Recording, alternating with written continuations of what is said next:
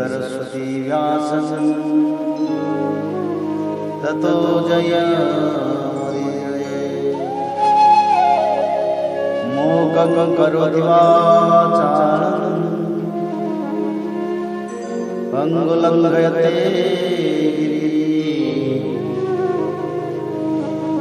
यत्कृपातमहं वन्दे परमानन्दमाधवं।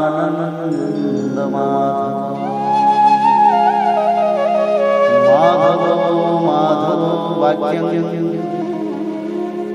माधवो हरि परन्ते साधवा नित्यं सकलकार्येषु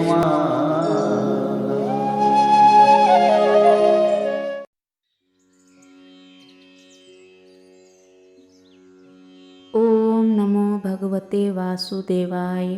श्रीमद्भागवत महापुराण प्रथम खंड द्वितीय स्कंद द्वितीय अध्याय। भगवान के स्थूल और सूक्ष्म रूपों की धारण तथा क्रम मुक्ति और स्वधव मुक्ति का वर्णन। श्री सुखदेव जी कहते हैं, सृष्टि के प्रारंभ में ब्रह्मा जी ने इसी धारणा के द्वारा प्रसन्न हुए भगवान से वह सृष्टि विषयक स्मृति प्राप्त की थी जो पहले प्रलय काल में विलुप्त हो गई थी। इससे उनकी दृष्टि अमोघ और बुद्धि निश्चय आत्मिका हो गई। तब उन्होंने इस जगत को वैसे ही रचा जैसे कि यह प्रलय के पहले था। वेदों की वर्णन शैली ही इस प्रकार की है कि लोगों की बुद्धि स्वर्ग आदि निरर्थक नामों के फेर में फंस जाती है। जीव वहाँ सुख की वासना में स्वप्न सा देखता हुआ भटकने लगता है, किंतु उन मायामय लोकों में कहीं भी सच्चे सुख की प्राप्ति नहीं होती। इसलिए विद्वान पुरुषों को चाहिए कि वह विविध नाम वाले पदार्थों से उतना ही व्यवहार करे जितना प्रयोजनीय हो। अपनी बुद्धि को उनकी निस्सारता के निश्चय से परिपूर्ण रखे और एक क्षण के लिए भी असावधान ना हो। यदि संसार के पदार्थ प्रारब्धवश बिना परिश्रम के यूं ही मिल जाएं, तब उनके उपार्जन का परिश्रम व्यर्थ समझकर उनके लिए कोई प्रयत्न ना करें। जब जमीन पर सोने से काम चल सकता है, तब पलंग के लिए प्रयत्न करने से क्या प्रयोजन। जब भुजाएं अपने को भगवान की कृपा से स्वयं ही मिली हुई है, तब तकियों की क्या आवश्यकता। जब अंजलि से काम चल सकता है, तब बहुत से बर्तन क्यों बटोरें। वृक्ष की छाल पहनकर या वस्त्रहीन रहकर भी यदि जीवन धारण किया जा सकता है, तो वस्त्रों की क्या आवश्यकता। पहनने को क्या रास्ते में चिथड़े नहीं हैं। भूख लगने पर दूसरों के लिए ही शरीर धारण करने वाले वृक्ष क्या फल फूल की भिक्षा नहीं देते। जल चाहने वालों के लिए नदियाँ क्या बिल्कुल सूख गई है। रहने के लिए क्या पहाड़ों की गुफाएं बंद कर दी गई है। अरे भाई, सब ना सही, क्या भगवान भी अपने शरणागतों की रक्षा नहीं करते। ऐसी स्थिति में बुद्धिमान लोग भी धन के नशे में चूर घमंडी धनियों की चापलूसी क्यों करते हैं। इस प्रकार विरक्त हो जाने पर अपने हृदय में नित्य विराजमान स्वतः सिद्ध आत्मस्वरूप परम प्रियतम परम सत्य जो अनंत भगवान हैं, बड़े प्रेम और आनंद से दृढ़ निश्चय करके उन्हीं का भजन करें, क्योंकि उनके भजन से जन्म मृत्यु के चक्कर में डालने वाले अज्ञान का नाश हो जाता है। पशुओं की बात तो अलग है, परंतु मनुष्यों में भला ऐसा कौन है जो लोगों को इस संसार बैतरणी नदी में गिरकर अपने कर्म जन्य दुखों को भोगते हुए देख कर भी भगवान का मंगलमय चिंतन नहीं करेगा। इन असत्य विषय भोगों में ही अपने चित्त को भटकाने देगा। कोई साधक अपने शरीर के भीतर हृदय आकाश में विराजमान भगवान के प्रदेश मात्र स्वरूप की धारणा करते हैं। वे ऐसा ध्यान करते हैं कि भगवान की चार भुजाओं में शंख चक्र गदा और पद्म हैं। उनके मुख पर प्रसन्नता झलक रही है। कमल के समान विशाल और कोमल नेत्र हैं। कदम्ब के पुष्प की केसर के समान पीला वस्त्र धारण किए हुए हैं। भुजाओं में श्रेष्ठ रत्नों से जड़े हुए सोने के बाजूबंद शोभायमान हैं। सिर पर बड़ा ही सुंदर मुकुट और कानों में कुंडल है, जिनमें जड़े हुए बहुमूल्य रत्न जगमगा रहे हैं। उनके चरण कमल योगेश्वरों के खिले हुए हृदय कमल की कर्णिका पर विराजित है। उनके हृदय पर श्रीवत्स का चिन्ह एक सुनहरी रेखा है। गले में कौस्तुभ मणि लटक रही है। वक्षस्थल कभी ना कुम्हलाने वाली वनमाला से घिरा हुआ है। वे कमर में करधनी, उंगलियों में बहुमूल्य अंगूठी, चरणों में नुपुर और हाथों में कंगन आदि आभूषण धारण किए हुए हैं। उनके बाल की लटें बहुत चिकनी, निर्मल, घुंघराली और नीली है। उनका मुख कमल मंद मंद मुस्कान से खिल रहा है। लीलापूर्ण उन्मुक्त हास्य और चितवन से शोभायमान भौं के द्वारा वे भक्तजनों पर अत्यंत अनुग्रह की वर्षा कर रहे हैं। जब तक मन इस धारणा के द्वारा स्थिर ना हो जाए तब तक बार बार इन चिंतन स्वरूप भगवान को देखते रहने की चेष्टा करनी चाहिए। भगवान के चरण कमलों से लेकर उनके मुस्कान युक्त मुख कमल पर्यंत समस्त अंगों की एक एक करके बुद्धि के द्वारा धारणा करनी चाहिए। जैसे जैसे बुद्धि शुद्ध होती जाएगी वैसे वैसे चित्त स्थिर होता जाएगा। जब एक अंग का ध्यान ठीक ठीक होने लगे तब उसे छोड़कर दूसरे अंग का ध्यान करना चाहिए।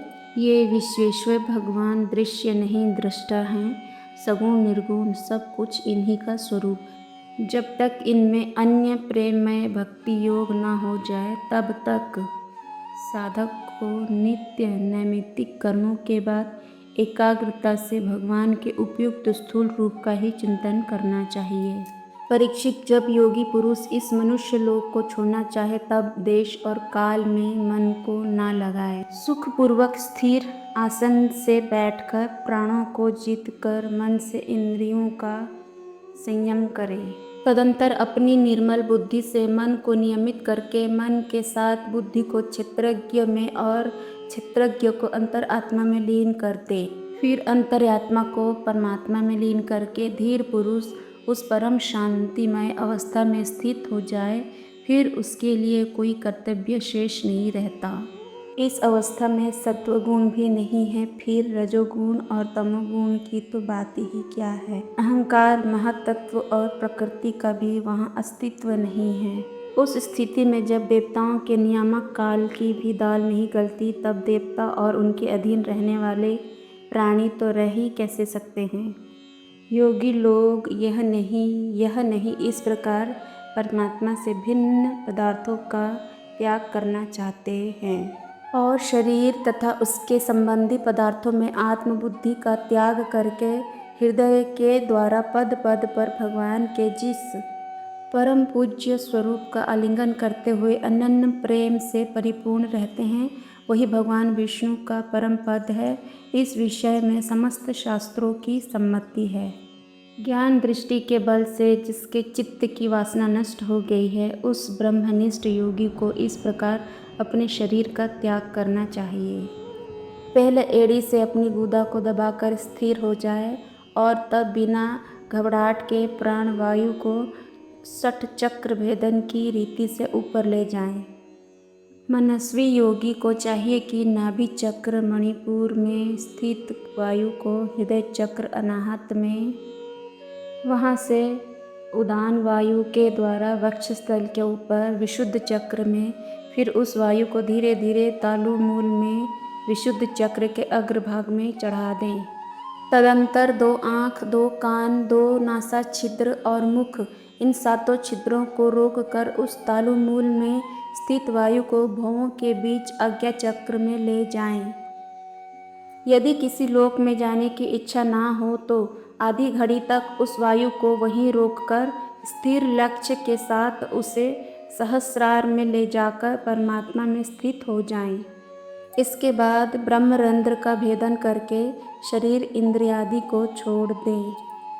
परीक्षित, यदि योगी की इच्छा हो कि मैं ब्रह्मलोक में जाऊं, 8 सिद्धियां प्राप्त करके आकाशचारी सिद्धों के साथ विहार करूं अथवा त्रिगुण में ब्रह्मांड के किसी भी प्रदेश में विचरण करूं, तो उसे मन और इंद्रियों को साथ ही लेकर शरीर से निकलना चाहिए। योगियों का शरीर वायु की भांति सूक्ष्म होता है। उपासना, तपस्या, योग और ज्ञान का सेवन करने वाले योगियों को त्रिलोकी के बाहर और भीतर सर्वत्र स्वच्छंद रूप से विचरण करने का अधिकार होता है। केवल कर्मों के द्वारा इस प्रकार बेरोक टोक विचरना नहीं हो सकता। परीक्षित, योगी ज्योतिर्मय मार्ग सुषुम्ना के द्वारा जब ब्रह्मलोक के लिए प्रस्थान करता है, तब पहले वो आकाश मार्ग से अग्निलोक में जाता है। वहाँ उसके बच्चे कुचे मल भी जल जाते हैं। इसके बाद वह वहाँ से ऊपर भगवान श्री हरि के शिशुमार नामक ज्योतिर्मय चक्र पर पहुँचता है। भगवान विष्णु का यह शिशुमार चक्र विश्व ब्रह्मांड के भ्रमण का केंद्र है। उसका अतिक्रमण करके अत्यंत सूक्ष्म एवं निर्मल शरीर से वह अकेला ही महलोक में जाता है। वह लोक ब्रह्मवेताओं के द्वारा भी वंदित है और उसमें कल्प पर्यंत जीवित रहने वाले देवता विहार करते रहते हैं। फिर जब प्रलय का समय आता है, तब नीचे के लोकों को शेष के मुख से निकली हुई आग के द्वारा भस्म होता देख वह ब्रह्मलोक में चला जाता है। जिस ब्रह्मलोक में बड़े बड़े सिद्धेश्वर विमानों पर निवास करते हैं, उस ब्रह्मलोक की आयु ब्रह्मा की आयु के समान ही तो परार्ध की है। वहाँ ना शोक है, ना दुख, ना बुढ़ापा है, ना मृत्यु। फिर वहाँ किसी प्रकार का उद्वेग या भय तो हो ही कैसे सकता है। वहाँ यदि दुख है तो केवल एक बात का, वह यही कि इस परम पद को ना जानने वाले लोगों के जन्म मृत्यु में अत्यंत घोर संकटों को देखकर दयावश वहाँ के लोगों के मन में बड़ी व्यथा होती है। सत्यलोक पहुँचने के पश्चात वह योगी निर्भय होकर अपने सूक्ष्म शरीर को पृथ्वी से मिला देता है और फिर उतावली न करते हुए 7 आवरण का भेदन करता है। पृथ्वी रूप से जल को और जल रूप से अग्निमय आवरणों को प्राप्त होकर वह ज्योति रूप से वायु रूप आवरण में आ जाता है और वहाँ से समय पर ब्रह्मा की अनंतता का बोध कराने वाले आकाश रूप आवरण को प्राप्त करता है। इस प्रकार स्थूल आवरणों को पार करते समय उसकी इंद्रियां भी अपने सूक्ष्म अधिष्ठान में लीन होती जाती है।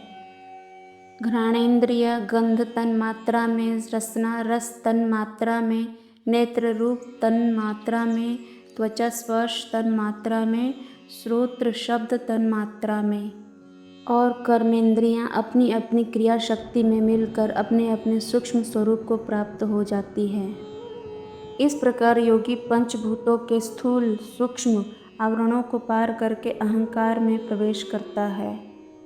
वहाँ सूक्ष्म भूतों को तामस अहंकार में, इंद्रियों को राजस अहंकार में तथा मन और इंद्रियों के अधिष्ठाता देवताओं को सात्विक अहंकार में लीन कर देता है।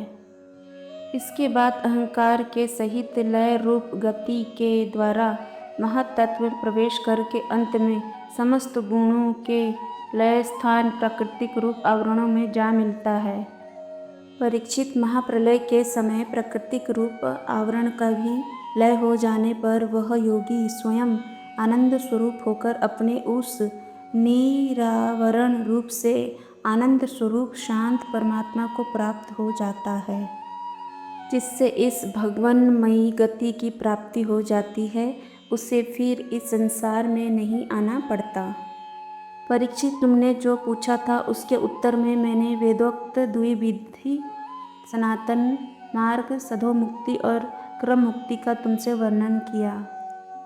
पहले ब्रह्मा जी ने भगवान वासुदेव की आराधना करके उनसे जब प्रश्न किया था, तब उन्होंने उत्तर में इन्हीं दोनों मार्गों की बात ब्रह्मा जी से कही थी। संसार चक्र में पड़े हुए मनुष्य के लिए जिस साधन के द्वारा उसे भगवान श्री कृष्ण की अनन्य प्रेममयी भक्ति प्राप्त हो जाए, उसके अतिरिक्त और कोई भी कल्याणकारी मार्ग नहीं है।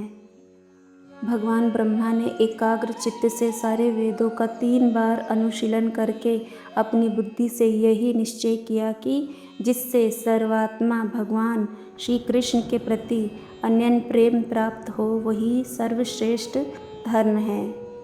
समस्त चर अचर प्राणियों में उनके आत्मा रूप से भगवान श्री कृष्ण ही लक्षित होते हैं, क्योंकि ये बुद्धि आदि दृश्य पदार्थ उनका अनुमान कराने वाले लक्षण हैं। वे इन सबके साक्षी एकमात्र दृष्टा हैं। परीक्षित, इसलिए मनुष्य को चाहिए कि सब समय और सभी स्थितियों में अपनी संपूर्ण शक्ति से भगवान श्री हरि का ही श्रवण, कीर्तन और स्मरण करे। राजन, संत पुरुष आत्मस्वरूप भगवान की कथा का मधुर अमृत बांटते ही रहते, जो अपने कान के दोनों में भर भर कर उनका पान करते हैं। उनके हृदय से विषयों का विषैला प्रभाव जाता रहता है, वह शुद्ध हो जाता है और वे भगवान श्री कृष्ण के चरण कमलों की सानिधि प्राप्त कर लेते हैं। इति श्रीमद्भगवते महापुराणे परमहंसाय संहिताय द्वितीय स्कंधे पुरुष संस्था वर्णनम नाम द्वितीय अध्याय।